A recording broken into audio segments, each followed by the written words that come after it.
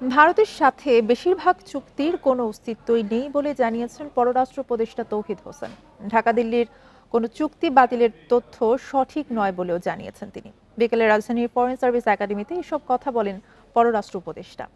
Bundle থাকলে প্রতি সেনমানিতে টাকা বাঁচবে। বিকাশ সেনমানি বান্ডেল কিনে জিতুন প্রতি লেনদেনে। তৌহিদ হোসেন আরও বলেন, ভারতের সাথে বাংলাদেশের একটি চুক্তি বাতিল হয়েছে। এছাড়া আদানির সাথে চুক্তি পর্যালোচনা চলছে বলেও জানান তিনি।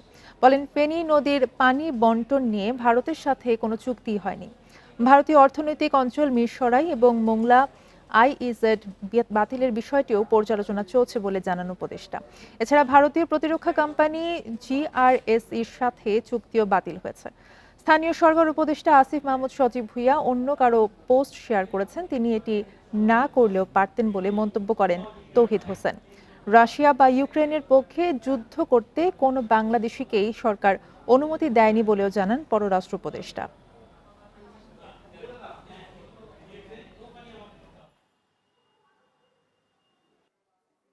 যে তালিকাটা এসেছে ওখানে এটা সঠিক নয়। এর অধিকাংশ এক্সিস্ট করে না আদৌ। একটি মাত্র চুক্তি গার্ডেন শিপইয়ার্ডের সাথে যে চুক্তিটা ওটা বাতিল করা হয়েছে, এটুকু আমি জানি। এটা তো অনেক পুরনো, অনেকদিন আগে করা হয়েছে।